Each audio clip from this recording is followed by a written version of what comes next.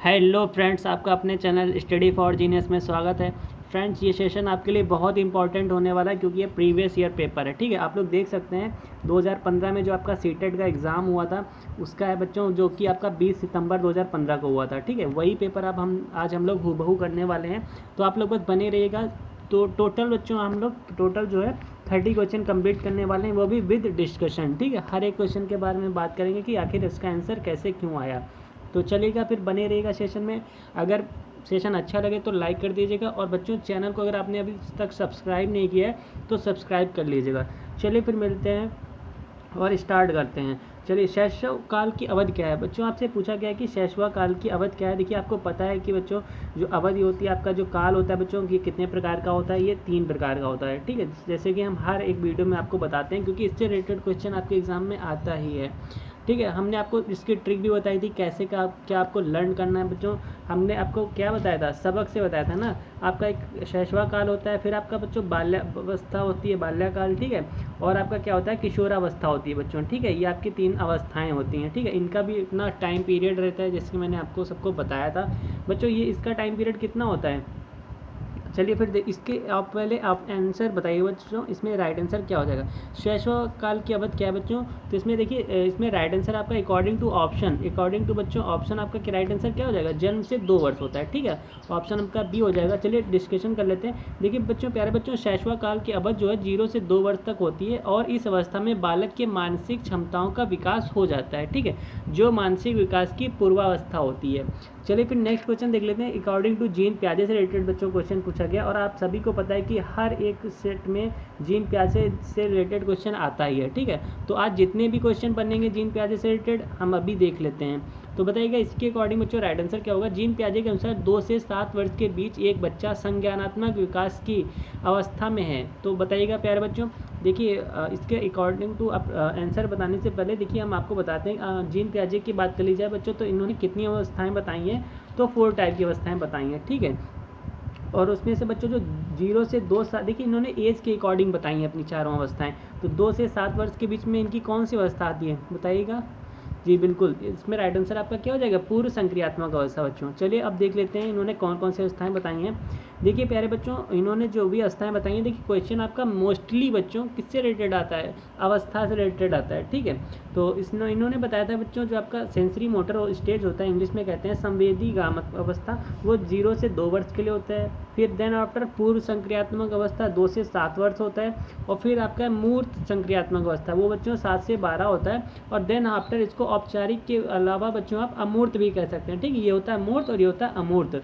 अमूर्त संक्रियात्मक अवस्था बच्चों, ये प्यारे बच्चों 12 से 16 वर्ष के लिए होता है। ओके, चलिए नेक्स्ट क्वेश्चन है कि विकास से की ओर बढ़ता है। बच्चों आपको बताना है कि विकास जो है कहाँ से किसकी ओर बढ़ता है? सामान्य से विशिष्ट की ओर, जटिल से कठिन की ओर, विशिष्ट से सामान्य की ओर, या फिर साधारण से आसान की ओर। तो बच्चों बात कर ली जाए डेवलपमेंट की, तो विकास जो बच्चों आपका कैसे ग्रो होता है? विकास आपका बच्चों जो है सामान्य से विशिष्ट, ठीक है, जनरल टू स्पेसिफिक होता है, सामान्य से विशिष्ट की ओर इंक्रीज होता है। ओके, चलिए बच्चों, देखिए विकास बच्चों है सामान्य से बढ़ता है, हम लोग बता दें। उदाहरण के लिए नवजात शिशु अपने शरीर के किसी एक अंग का संचालन करने से पूर्व अपने शरीर का संचालन करते हैं, और किसी विशेष वस्तु की ओर इशारा करने से पूर्व अपने हाथों को सामान्य रूप से चलाता है बच्चों। ठीक है, आप नवजात बच्चे से उदाहरण का एग्जाम्पल समझ सकते हैं।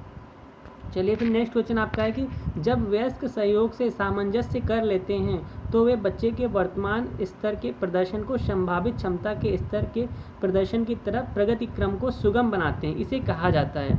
तो प्यारे बच्चों बताइएगा इसमें राइट आंसर क्या हो जाएगा? समीपस्थ विकास है, या सहभागी अधिगम है, या फिर सहयोग देना, या फिर बच्चों सहयोगात्मक अधिगम है। तो अगर बच्चों इसके राइट आंसर की बात कर लें तो बिल्कुल सही राइट आंसर बच्चों सहयोग देना। ठीक है, आपका राइट आंसर किस पे जाएगा? सहयोग देना पे जाएगा। तो इसमें और देख लेते हैं बच्चों इसमें क्या है। देखिए, सहयोग मिलने पर वयस्क में अंतर्निहित क्षमता का विकास होता है बच्चों। ठीक है, तथा वह प्रगति की तरफ अग्रसर होता है। ओके, नेक्स्ट क्वेश्चन 5 नंबर आपसे पूछा गया है। हाँ, 5 नंबर आपसे पूछा गया कि नवीन जानकारी को शामिल करने के लिए वर्तमान स्कीमा में बदलाव की प्रक्रिया कहलाती है। तो बताइएगा बच्चों, देखिए स्कीमा का ये जो सिद्धांत है बच्चों किसने दिया था? ये भी किसने दिया था बच्चों? जीन प्याजे ने दिया था। ओके, ये भी आपको ध्यान में रखना है, ठीक है। तो बताइएगा प्यारे बच्चों, इसमें राइट आंसर क्या हो जाएगा आपका? बिल्कुल बच्चों, इसमें राइट आंसर आपका क्या हो जाएगा प्यारे बच्चों? इसमें राइट आंसर आपका समायोजन हो जाएगा, ठीक है। समायोजन हो जाएगा, जिसे हम लोग क्या बोलते हैं।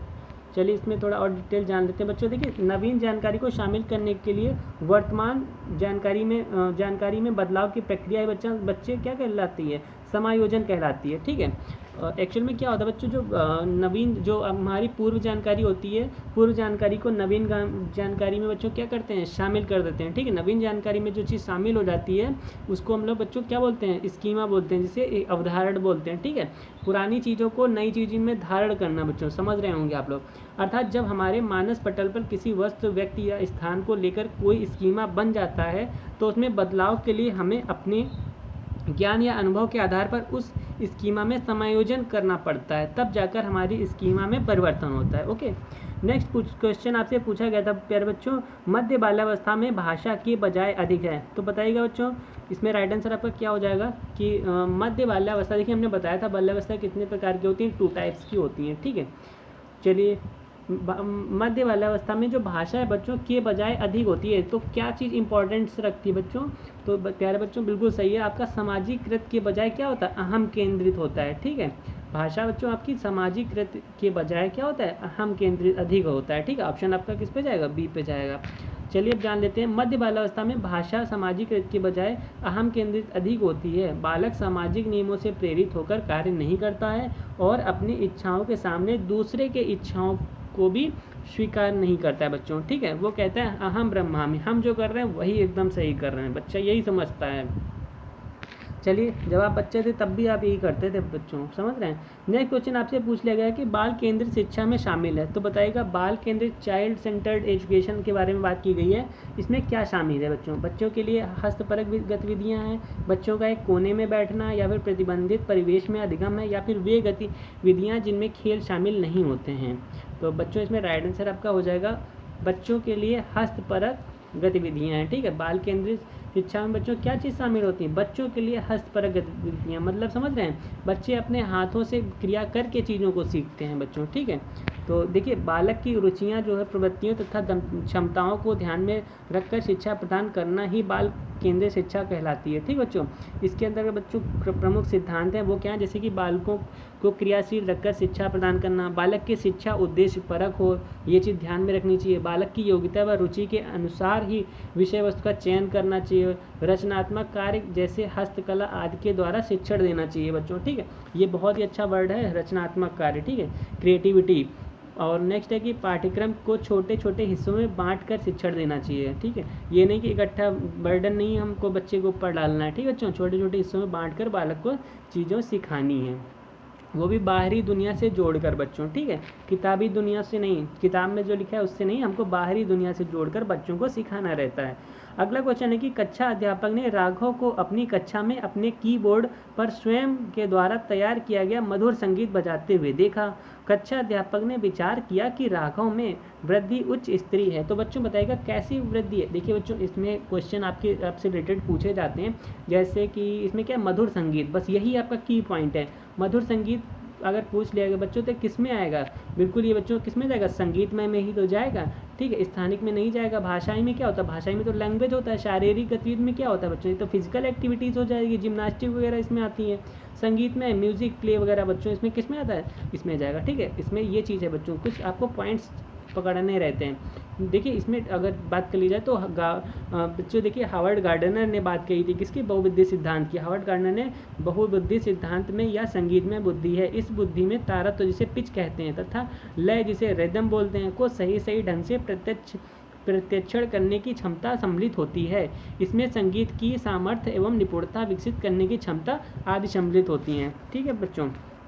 चलिए फिर यहाँ तक कहाँ 8 नंबर तक क्वेश्चन आपके कंप्लीट हो गए हैं।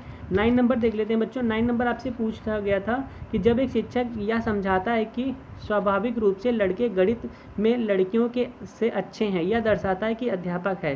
देखिए बच्चों, इसमें एक बात कही गई है, बहुत ही शानदार क्वेश्चन है और लगभग बच्चों देखा जाए तो हर एग्ज़ाम में ये चीज़ हर सेट में ये क्वेश्चन आपसे पूछ लिया जाता है और बहुत ही अच्छा क्वेश्चन है। देखिए एक शिक्षक इसमें क्या समझाता है कि जो बच्चों, इसमें ये शिक्षक कह रहा है कि जो लड़के हैं वो गणित में अच्छे हैं किनके मुकाबले, लड़कियों के मुकाबले अच्छे हैं। तो यह चीज़ क्या शो कर रही है, क्या रिप्रेजेंट कर रही है यह बच्चों, क्या ये देखिए लड़के लड़कियों में भेदभाव बता रहा है, लड़के कैसे हैं मेल हैं, लड़कियां कैसी हैं फीमेल हैं। तो बच्चों ये क्या बता रहा है, ये लिंग भी तो बता रहा है, लिंग जेंडर का पक्षपात कर रहा है, लड़के लड़कियों में भेदभाव बता रहा है। तो ऑप्शन आपका किस पे जाएगा, जेंडर पे जाएगा। ओके चलिए फिर नेक्स्ट क्वेश्चन देख लेते हैं। देखिए एक शिक्षक यह समझाता है कि स्वाभाविक रूप से वही चीज़ बच्चों को बताई गई है। अगला क्वेश्चन है समावेशी शिक्षा से बच्चों, जिसे हम इन लोग इंक्लूसिव एजुकेशन बोलते हैं। इंक्लूसिव एजुकेशन, समावेशी शिक्षा मानती है कि हमें को के अनुरूप बदलना चाहिए। बच्चों हमें किसके अनुरूप बदलना चाहिए, इसमें बताइएगा राइट आंसर आपका क्या होगा। बहुत ही अच्छा क्वेश्चन है। समावेशी शिक्षा क्या मानती है बच्चों, कि हमें बच्चे को व्यवस्था के अनुरूप बदलना चाहिए। क्या, बिल्कुल गलत बात है। हमें जो है बच्चों व्यवस्था को बच्चे के अनुरूप बदलना चाहिए, ये बिल्कुल सही बात है। देखिए बच्चों क्या होता है, बालक ही सर्वश्रेष्ठ माना जाता है। ठीक है, बालक को हम लोग क्या बहुत ही ज़्यादा इंपॉर्टेंस देते हैं। ठीक है, बालक के अकॉर्डिंग ही चीज़ों को हम लोग क्या करते हैं, व्यवस्थित करते हैं। ठीक है, एनसीईआरटी आपकी यही कहती है, समावेशी शिक्षा मानती है कि हमें क्या करना चाहिए, व्यवस्था को बच्चे के अनुरूप बदलना चाहिए। ठीक बच्चों, जैसा बच्चा चाहता है वैसे ही हम लोग व्यवस्था करेंगे। चलिए फिर नेक्स्ट क्वेश्चन आपसे पूछा गया कि बच्चों में ज्ञान की रचना करने और अर्थ का निर्माण करने की क्षमता होती है, इस परिप्रेक्ष्य में एक शिक्षक की भूमिका है। तो बहुत ही अच्छा क्वेश्चन बच्चों बताएगा, इसमें क्या एक टीचर का क्या रोल होता है, ये चीज़ पूछेगी। इस परिप्रेक्ष्य में एक शिक्षक की भूमिका है, तो टीचर का क्या रोल होता है बच्चे के अकॉर्डिंग, बच्चों में ज्ञान की रचना करने और अर्थ का निर्माण करने की क्षमता होती है। ओके, ये एक आपको वाक्य कहा गया है। इसी के परिप्रेक्ष्य में बच्चों बताना कि टीचर का क्या रोल है, तालमेल बैठाने वाली की रोल है, की भूमिका है, या फिर संप्रेषक और व्याख्याता की भूमिका है, या फिर सुगमता की भूमिका है, या फिर निर्देशक की भूमिका है। बच्चों देखिए निर्देशक की भूमिका नहीं होती है। ठीक है, और बच्चों तालमेल बैठाने की भी भूमिका नहीं होती, और संप्रेषक और व्याख्या वगैरह लेक्चर नहीं देगा टीचर। ठीक है, सुगमकर्ता की होती बच्चों। ठीक है, चीज़ों को टीचर क्या करता है, टीचर देखिए ज्ञान की संरचना करता है ना, ज्ञान बांटता है। तो कैसे बांटता है, चीज़ों को तोड़ तोड़ के, चीज़ों को सुगम बना के बच्चों। ठीक है, एक टीचर का यही रोल होता है, किसी भी चीज़ को, वो किसी भी चीज़ को सिखाए तो उसको सुगमतापूर्वक, आसानीपूर्वक, चीज़ों को तोड़ के, बाहरी जीवन से उसके जोड़ के, ऐसे चीज़ों को सिखाना पड़ता है। ओके चलिए, यही सब बात कही गई है। बच्चों को ज्ञान की रचना करने तथा अर्थ का निर्माण करने की क्षमता विकसित करने के लिए शिक्षक को सुगमकर्ता की भूमिका अदा करनी चाहिए, जिससे बालक उनके संपर्क में रहकर अपनी समस्याओं को बिना संकोच के कह सकेंगे। ओके नेक्स्ट है कि इनमें से कौन सी विशेषता प्रतिभाशाली बच्चों की नहीं है, बच्चों बताइएगा। बहुत ही अच्छा क्वेश्चन है। कहा गया कि कौन सी विशेषता जो है प्रतिभाशाली का मतलब समझ रहे हैं, जीनियस बच्चों की भूमिका नहीं है। देखिए निगेटिव में बच्चों हमेशा ध्यान रखिएगा, नहीं वाले क्वेश्चन से आपको बच के रहना है। प्रतिभाशाली बच्चों की भूमिका नहीं है। अब कौन सी विशेषता नहीं है बच्चों, आप बताइएगा। उच्चतर श्रेणी में मानसिक क्रियाएं, तो ये तो है ही है। उच्च आत्म क्षमता बिल्कुल है। निम्न औसतीय मानसिक क्रिया, निम्न देखिए लो लेवल वाली बात कही दी है, निम्न औसतीय, ये तो गलत लग रहा है। चलिए फिर भी 4th नंबर हम देखेंगे, अंतर्दृष्टि पूर्वक समस्याओं का समाधान करना। तो समस्याओं का समाधान करना तो पॉजिटिव वर्ड है बच्चों। ठीक है, पॉजिटिव एंड निगेटिव वर्ड भी आपको प्यारे बच्चों समझना है। ठीक है, ये लो लेवल की बात कही गई, लो लेवल में आपका मानसिक प्रक्रियाओं की बात कही गई, तो यही बच्चों आपका गलत है और हमसे निगेटिव वाला गलत वाला ही पूछा था। ओके, ऑप्शन आपका सी पे जाएगा। ठीक है, चलिए फिर देख लेते हैं इसमें। निम्न औसतीय मानसिक प्रक्रियाएं प्रतिभाशाली बच्चों की नहीं है। प्रतिभाशाली बालक वह है जो लगातार उच्च स्तर का कार्य निष्पादन किसी भी सामान्य प्रयास के क्षेत्र में प्रदर्शित करता है। National society for the study of education. Next है कि कोहलबर्ग के सिद्धांत के पूर्व परंपरागत स्तर के अनुसार कोई नैतिक निर्णय लेते समय एक व्यक्ति निम्नलिखित में से किस तरफ प्रवृत्त होता है, बताइएगा बच्चों। इसमें देखिए आपको कोहलबर्ग के सिद्धांत के अकॉर्डिंग बताना है बच्चों। इसमें बात किसकी कही गई, इसमें प्यारे बच्चों कहाँ गया, इसमें बच्चों इसमें बात आपकी कही गई है अकॉर्डिंग टू कोहलबर्ग। क्या हो गया,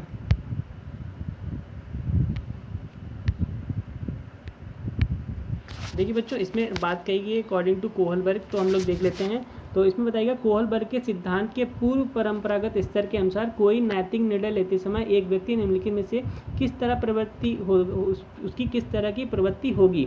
ठीक बच्चों, तो इसमें राइट आंसर आपका क्या हो जाएगा, अंतर्निहित संभावित दंड। ठीक है बच्चों, यही राइट आंसर आपका क्या हो जाएगा, ए हो जाएगा। चलिए इसमें देख लेते हैं आखिर क्यों ए होगा। तो आपका 13 नंबर का जो बच्चों आपका डिटेल्स दे रखी है वो इस साइड में दे रखी है, ये है।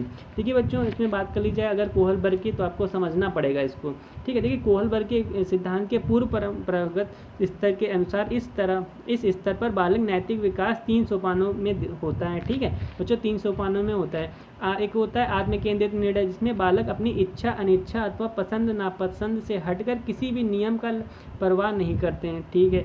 नेक्स्ट होता है आपका दंड तथा आज्ञा पालन अभिमुखता, इसमें बालक का नैतिक व्यवहार दंड या आज्ञा पालन में से निर्धारित व संचालित होता है। अगला यांत्रिक सापेक्षिक अभिमुखता, इसमें बच्चों क्या होता है, इस स्तर पर बालक मानते हैं कि प्रत्येक व्यक्ति को स्वयं को देखना होता है तथा कोई भी व्यक्ति केवल उन व्यक्तियों के प्रति उत्तरदायी होता है जो उसकी सहायता करते हैं, ठीक बच्चों। ओके, नेक्स्ट क्वेश्चन 14 नंबर पूछा गया आपसे कि शिक्षार्थियों, जिसे बच्चों हम लोग अधिगमकर्ता भी कहते हैं, ठीक है, शिक्षार्थियों की व्यक्तिक विभिन्नताओं के संदर्भ में शिक्षिका को चाहिए, एक टीचर को बच्चों, एक शिक्षिका को क्या चाहिए, एक टीचर को क्या करना चाहिए शिक्षार्थियों की व्यक्तिक विभिन्नताओं के संदर्भ में। तो बहुत ही अच्छा क्वेश्चन है बच्चों, आपको क्या करना चाहिए एक टीचर को, तो उसको बच्चों क्या करना चाहिए। इसमें राइट आंसर आपका हो जाएगा बच्चों विविध प्रकार, विविध ये प्रकार लिखा है, विविध प्रकार की अधिगम परिस्थितियों को उपलब्ध कराना। देखिए बच्चों जहाँ कहीं भी वर्ड आपको विविध मिल जाए ना, विविध प्रकार बच्चों कहीं भी वर्ड मिल जाए, आपका हमेशा वही ऑप्शन सही होता है, हमेशा नोट कर लीजिएगा बच्चों, जहाँ भी विविध प्रकार आ जाए, बहुत ही अच्छा ये आपका पॉइंट है, पॉजिटिव पॉइंट है, जहाँ भी आपको विविध प्रकार मिल जाए बच्चों वही आपका राइट आंसर हो जाएगा, ठीक है। चलिए नेक्स्ट देख लेते हैं, इसमें थोड़ा और डिटेल्स से जान लेते हैं। व्यक्तिक विभिन्नता वाले कक्षा में अध्यापक को विभिन्न प्रकार के अधिगम परिस्थितियों को उपलब्ध कराना चाहिए, क्योंकि बालक की बुद्धि, रुचि, योग्यताओं आदि के अनुरूप विकास के अवसर मिलने पर ही वह अपने सर्वोच्च विकास के स्तर को प्राप्त कर सकता है। ओके, नेक्स्ट क्वेश्चन पूछा गया कि निम्नलिखित में से कौन सा बाल विकास का एक सिद्धांत नहीं है। तो प्यारे बच्चों बताइएगा, बाल विकास का सिद्धांत नहीं है, तो इसमें राइट आंसर आपका क्या होगा। अगर इसके राइट आंसर की बात कर ली जाए बच्चों, तो इसमें राइट आंसर आपका होगा, देखिए एक सिद्धांत नहीं है, हमसे निगेटिव पूछा है। तो सभी विकास एक क्रम का पालन करते हैं, बिल्कुल। विकास के सभी क्षेत्र महत्वपूर्ण हैं, बिल्कुल महत्वपूर्ण हैं।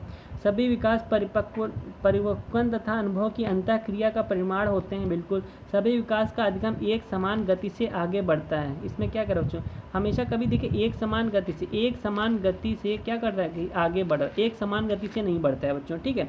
सभी विकास जो है एक समान, देखिए सभी विकास तथा अधिगम जो है बच्चों कह रहा है एक समान गति से आगे बढ़ते हैं, यही आपका गलत है। एक समान गति से हमेशा कभी भी बच्चों आगे नहीं बढ़ते हैं। ऑप्शन आपका डी पे जाएगा। क्यों जाएगा, क्योंकि सभी विकास तथा अधिगम एक समान गति से आगे बढ़ते हैं, यह सिद्धांत गलत है, क्योंकि अधिगम व्यवहार में उत्तरोत्तर अनुकूलन की एक प्रक्रिया है, जबकि विकास वृद्धि के फलस्वरूप शरीर के विभिन्न अंगों में आए परिवर्तन के संगठन से होता है बच्चों, ठीक है। नेक्स्ट है कि निम्नलिखित में से कौन सा आकलन करने का सर्वाधिक उपयुक्त तरीका है। तो आकलन करने का तरीका आपसे पूछा गया है बच्चों, तो कौन सा बेस्ट तरीका है आकलन करने का, ठीक है। किसी भी चीज़ का आपको आकलन करना है तो उसमें से कौन सा बेस्ट तरीका है।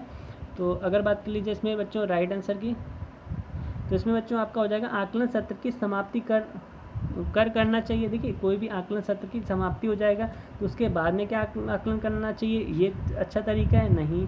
आकलन शिक्षण अधिगम में अंतर्निहित प्रक्रिया है, हाँ ये तो कुछ सही लग रहा है। आकलन एक शैक्षणिक सत्र में 2 बार करना चाहिए, कोई ज़रूरी नहीं है 2 बार करें, या शुरू में करें अंत में करें, नीचे नहीं। आकलन शिक्षक के द्वारा नहीं बल्कि किसी बाह्य एजेंसी, अरे गलत भाई, शिक्षक के द्वारा नहीं, कोई हम अलग एजेंसी क्यों लाएंगे, ये भी गलत है। तो बच्चों आपका राइट आंसर क्या हो जाएगा, बी हो जाएगा। आकलन शिक्षण अधिगम में अंतर्निहित प्रक्रिया है। कैसी प्रक्रिया है, अंतर्निहित प्रक्रिया है। चलिए कहाँ गया आपका 16 नंबर कंप्लीट हो गया बच्चों, देख लेते हैं नेक्स्ट आपका डिटेल्स में देख लेते हैं। देखिए आकलन शिक्षण अधिगम में अंतर्निहित प्रक्रिया है जिससे बालक अपने अंदर की कमियों को जान सके तथा उसे दूर कर सके।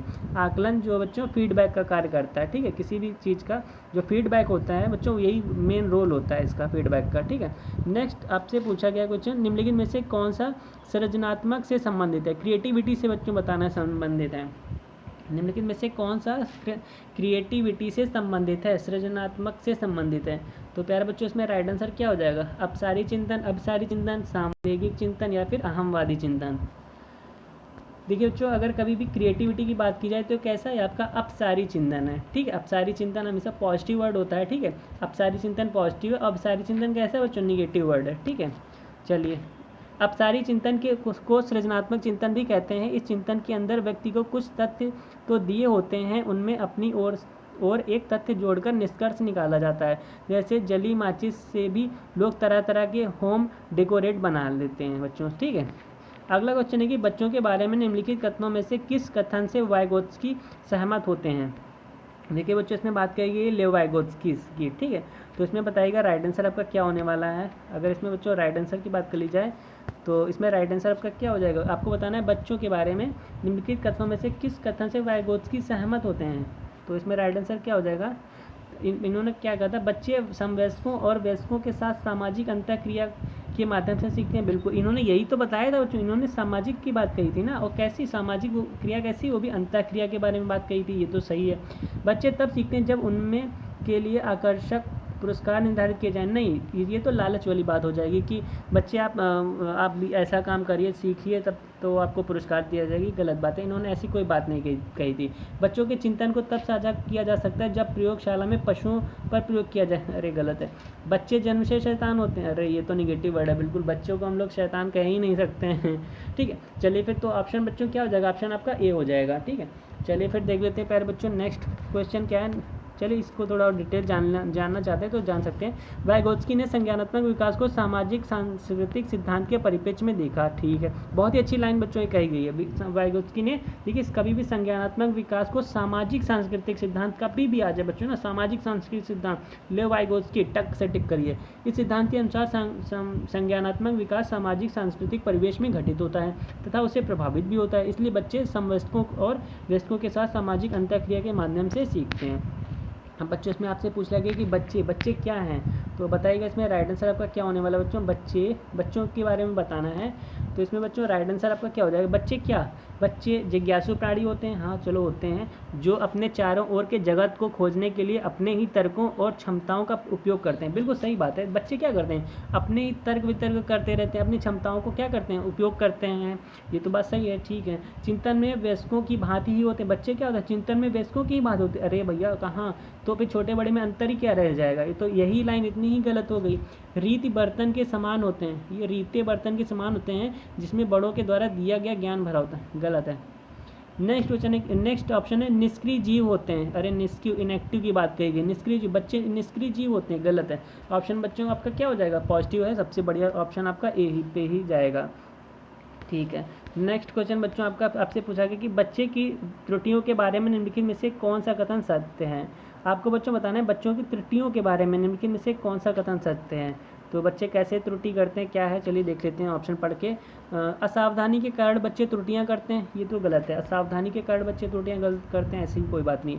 बच्चों की त्रुटियां उनके सीखने की प्रक्रिया का अंग है, बहुत सही, यही तो जवाब है इसका बेस्ट। बच्चे तब त्रुटियां करते हैं जब शिक्षक सौम्य और उन्हें करने पर दंड न देता हो। नहीं, ऐसी कोई बात नहीं है। बच्चे की त्रुटियां उनके सीखने की प्रक्रिया का अंग है। बच्चों बच्चे कैसे सीखते हैं, त्रुटियां करके ही तो बच्चे सीखते हैं, ये चीज़ कही गई है। ठीक है, बालक कैसे सीखता है, गलतियां करके ही बालक धीरे धीरे सीख जाता है। ठीक है, चलिए फिर देख लेते हैं। और आपका डी ऑप्शन दिया था कि बच्चों की त्रुटियां शिक्षक के लिए महत्वहीन है। महत्वहीन क्यों हैं बच्चों, बच्चे जब तक त्रुटियां नहीं करेंगे तब तक सीखेंगे कैसे। नेक्स्ट है, चलिए इसी में देख लेते हैं। थॉर्नडाइक ने सीखने का प्रयास एवं त्रुटि का सिद्धांत दिया, बहुत ही अच्छी बात है, ये चीज़ लाइन आपको पता होनी चाहिए। सीखने का सिद्धांत, प्रयास एवं त्रुटि का सिद्धांत किसने दिया, थॉर्नडाइक ने दिया।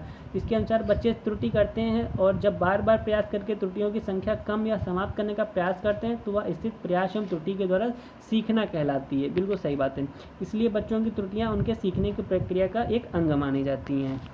नेक्स्ट है कि अध्यापक को यह सुनिश्चित करना चाहिए कि उसकी कक्षा के सभी शिक्षार्थी अपने आप को स्वीकृत और सम्मानित समझें। इसके लिए शिक्षक को चाहिए कि इसके लिए बच्चों शिक्षक को क्या चाहिए कि वो क्या करें, तो बताइएगा। 4 ऑप्शन आपके सामने हैं बच्चों। इसके लिए शिक्षक को क्या चाहिए, देखिए बच्चों, इसके लिए शिक्षक को यह चाहिए कि उन शिक्षार्थियों का पता लगाएं जो अच्छी अंग्रेजी बोल सकते हों और संपन्न घरों से हों तथा उन्हें आदर्श के रूप में प्रस्तुत करें। देखिए इसमें राइट आंसर की बात करें, इसमें क्वेश्चन को बच्चों समझिए पहले। अध्यापक को यह सुनिश्चित करना चाहिए कि उसकी कक्षा के सभी शिक्षार्थी अपने आप को स्वीकृत और सम्मानित समझें। ठीक है। इसके लिए शिक्षक को क्या करना चाहिए? कड़े नियम बनाएं? नहीं, बिल्कुल नहीं, गलत। वंचित पृष्ठभूमि से आने वाले बच्चों का तिरस्कार करें? गलत, निगेटिव पॉइंट है। इसमें तो सारे पॉइंट बच्चों आदर्श रूप में प्रस्तुत करें, सही है। और आपका क्या है कि अपने शिक्षार्थियों को सामाजिक और सांस्कृतिक पृष्ठभूमि की जानकारी प्राप्त करें और कक्षा में विविध मतों को प्रोत्साहित करें। बच्चों इसमें देखिए विविध मतों को प्रोत्साहित करने, इसमें क्या है, मतों को प्रोत्साहित करने, यही तो गलत है बच्चों। विविध आपका पॉजिटिव वर्ड था, बिल्कुल सही था। अपने शिक्षार्थियों सामाजिक और सांस्कृतिक पृष्ठभूमि की जानकारी प्राप्त करें, ये भी सही था। बट कह रहा है कि और कक्षा में विविध मतों को प्रोत्साहित करें, ये जो मत हैं बच्चों, ये आपको प्रोत्साहित करने, ये बस निगेटिव वर्ड की वजह से ये गलत हो रहा है। ठीक है, तो इसमें राइट आंसर आपका क्या हो जाएगा? वंचित पृष्ठभूमि से आए बच्चों का, इसमें राइट आंसर बच्चों ये तो गलत ही है। आपका सी वाला है, उन विद्यार्थियों का पता लगाएं जो अच्छी तरह अंग्रेजी बोल सकते हो और संपन्न घरों से हो तथा उन्हें आदर्श के रूप में प्रस्तुत करें। बिल्कुल सही बात है बच्चों। ठीक है, चलिए OIC, इसमें बच्चों राइट आंसर आपका डी होगा। सॉरी, इसमें राइट आंसर बच्चों आपका क्या होगा? डी होगा, डी। वही मुझे लग रहा था। विविध वगैरह सही है, ये भी लाइन भी सही है। विविध मतों को प्रोत्साहित करें, मतलब विविध मत बच्चों, इसमें जो कक्षा में विविध मत पढ़ते हैं ना, उसको प्रोत्साहित करें, इसके अकॉर्डिंग राइट आपका बिल्कुल सही है बच्चों। ठीक है, और इसमें क्या, अच्छे अंग्रेजी बोल सकते हैं और संपन्न घरों से हों, इसमें बच्चों क्या होगा, जो बच्चे अच्छे संपन्न घरों से होंगे उन्हीं को प्रोत्साहित करना, और जो बेचारे गरीब घर से बिलोंग करते हैं उनको प्रोत्साहित नहीं करना, इसके अकॉर्डिंग ये आपका गलत हो जाएगा। ठीक है, चलिए बच्चों, इसमें राइट आंसर 22 नंबर की बात कर ली जाए तो सुरेश सामान्य रूप से एक शांत कमरे में अकेले पढ़ना चाहता है। ठीक है, अच्छी बात है, पढ़ना चाहता है। जबकि मदन एक समूह में अपने मित्रों के साथ पढ़ना चाहता है। हाँ ठीक है, आप देखिए बच्चों, हर एक व्यक्ति का अपना अलग स्वभाव होता है, तो उसी के अकॉर्डिंग आपसे क्वेश्चन पूछा गया है कि सुरेश जो है सामान्य रूप से एक शांत कमरे में अकेले पढ़ना चाहता है। ठीक है, जबकि मदन एक समूह में अपने छात्रों के साथ मिलकर पढ़ना चाहता है, या उनके में विभिन्नता के कारण है, या बच्चों उनके किसमें विभिन्नता के कारण है, तो या बच्चों उनके जो है अधिगम शैली के विभिन्नता के कारण है। ठीक है, राइट आंसर आपका सी हो जाएगा। देखिए, व्यक्तित्व भिन्नता के कारण, व्यक्ति अपना व्यक्तित्व के विभिन्नता के कारण प्रत्येक व्यक्ति में रुचि, मनोवृत्ति, अवधान, अधिगम शैली, विचार, बुद्धि, चिंतन स्तर आदि में अंतर पाया जाता है। बिल्कुल सही बात है। इसीलिए कोई व्यक्ति शांति वातावरण में पढ़ना चाहता है, जबकि कोई अपने मित्रों के साथ समूह में पढ़ना चाहता है। ठीक है, इन दोनों प्रकार के व्यक्तित्वों को अधिगम शैली में अंतर है बच्चों। ठीक है, ये चीज़ है। नेक्स्ट है कि भारत में भाषिक विभिन्नता बहुत है। हाँ बिल्कुल है, क्योंकि हर एक क्षेत्र में अलग अलग भाषाएं बोली जाती हैं। इस संदर्भ में विशेषकर कक्षा 1 और कक्षा 2 के प्राथमिक स्तर पर बहुभाषिक कक्षाओं के बारे में सर्वथा उपयुक्त कथन है। तो बताइएगा बच्चों, इसमें राइट आंसर आपका क्या हो जाएगा? अकॉर्डिंग टू कक्षा 1 और 2 के प्राथमिक स्तर पर बालक के अकॉर्डिंग आपको बताना है। तो अगर बच्चों इसमें राइट आंसर की बात कर ले कि शिक्षार्थियों को अपनी मातृभाषा या स्थानीय भाषा का प्रयोग करने पर दंडित करना, अरे बच्चे को, बालक को हम लोग दंडित तो कर ही नहीं सकते हैं। ठीक है, तो निगेटिव वर्ड आपका गलत हो जाएगा।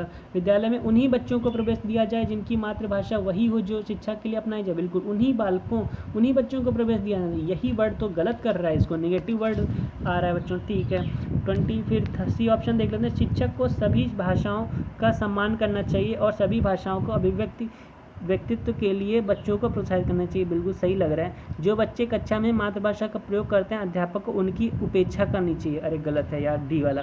तो ऑप्शन आपका बच्चों क्या हो जाएगा? सी बिल्कुल सही हो जाएगा। ठीक है, चलिए नेक्स्ट है 24 नंबर आपसे पूछा गया है बच्चों। 24 नंबर आपसे क्या पूछा गया है?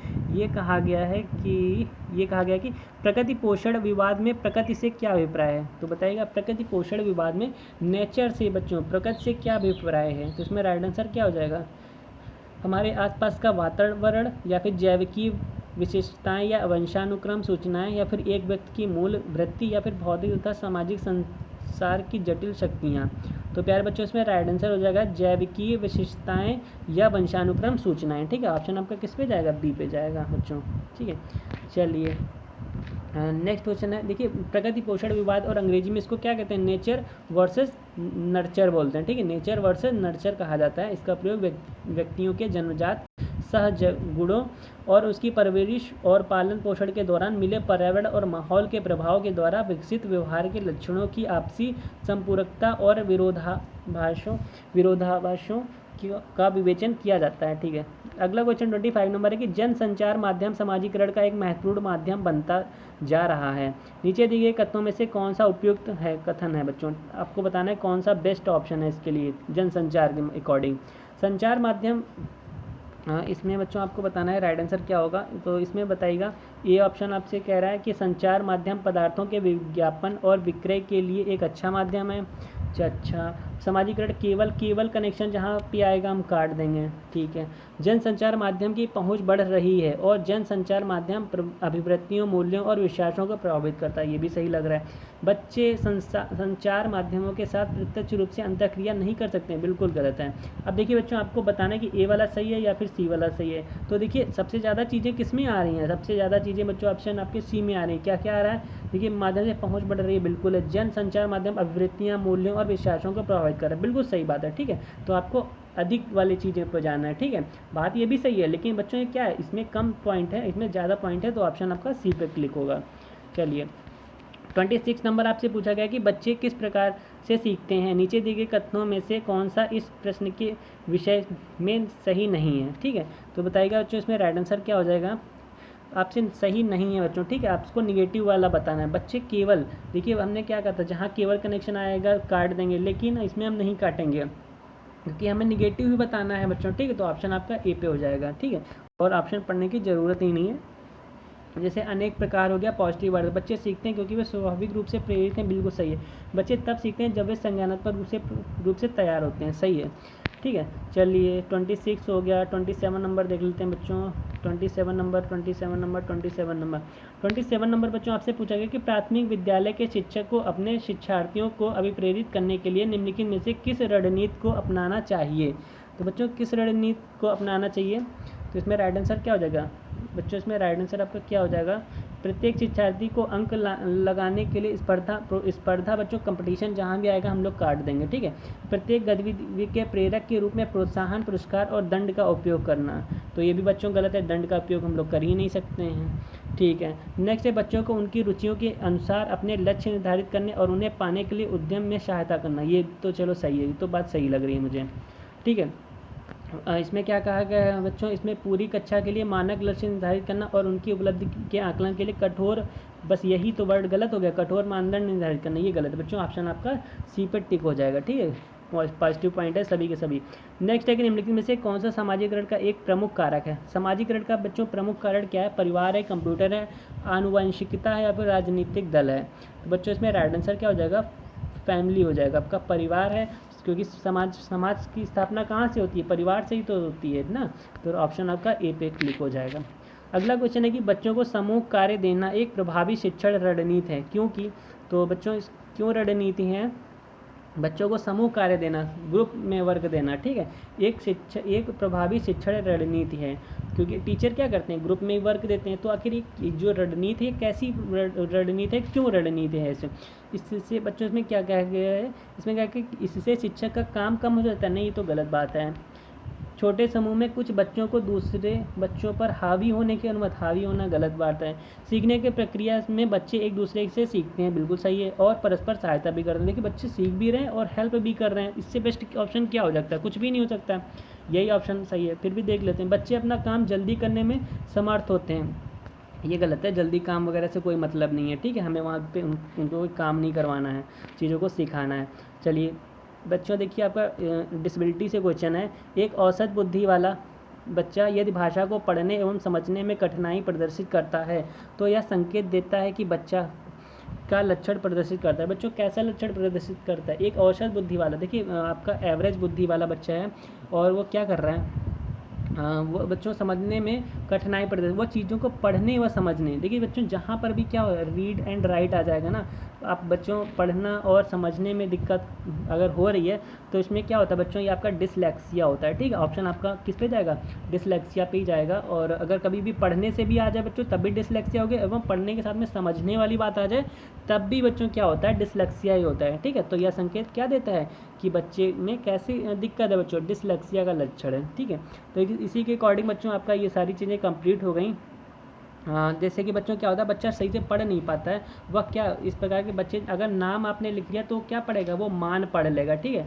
आपने जैसे कि लक्ष्य लिखा तो वो लुक्स पढ़ेगा, ठीक है। तो तमाम सारी चीज़ें हैं। आपने जैसे कि एल लिखा तो एल ऐसे लिख देगा, ठीक है। उसको पता ही नहीं है कि बी ऐसे बनता है या फिर बी ऐसे बनता है, ठीक है बच्चों। एम ऐसे बनता है या फिर डब्ल्यू और एम में उसको डिफरेंस ही नहीं पता।